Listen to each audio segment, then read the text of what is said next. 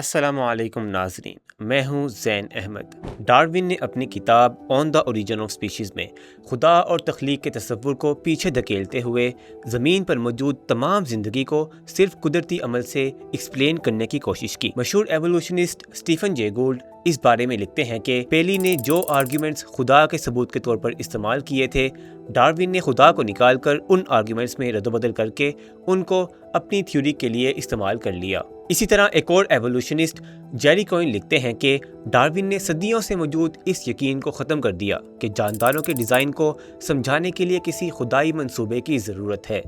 اس کی بجائے ڈارون نے نیچرل سلیکشن نامی ایک ایسا فطری عمل پیش کیا جو مادہ پرستی پر مبنی تھا اور جس میں شعور نام کی کوئی چیز نہیں تھی، اور ڈارون کے نزدیک یہ عمل خدائی تخلیق کی جگہ لے سکتا تھا۔ ڈارون نے خود ایڈمٹ کیا کہ میں نے الہادی انداز میں اس لیے لکھا کیونکہ باقی لوگوں کی طرح مجھے ارد گرد ڈیزائن کا کوئی ثبوت نظر نہیں آتا۔ تو ایسی تھیوری جو انڈائریکٹلی مذہب کے خلاف گڑھی گئی تھی، اس کو سیکولر اور ایتھیسٹک لوبی نے فوراً گلے سے لگایا، اور اس کی وجہ یہ تھی کہ ڈارون نے ادھر ادھر سے کاپی کر کے ایک ایسا پروسیس بتا دیا تھا کہ جو ظاہری طور پر اسپیشیز کی موجودگی کو بغیر خدا کے ایکسپلین کر سکتا تھا، ورنہ ان لوگوں کا ایمان ایوولوشن پر پہلے سے ہی تھا۔ 1838 میں ایک ایوولوشنسٹ کی طرف سے یہ ڈرائنگ سامنے آئی جس میں یہ دکھایا گیا کہ انسان پہلے کیسا دکھتا تھا۔ یہ ڈرائنگ خود ساختہ تھی اور اس کے لیے کوئی فوسل وغیرہ موجود نہیں تھا کہ جس کی بیس پر یہ تصویر بنائی جاتی، لیکن اپنے عقیدے کو سائنس کہہ کر عوام میں پھیلانے کے لیے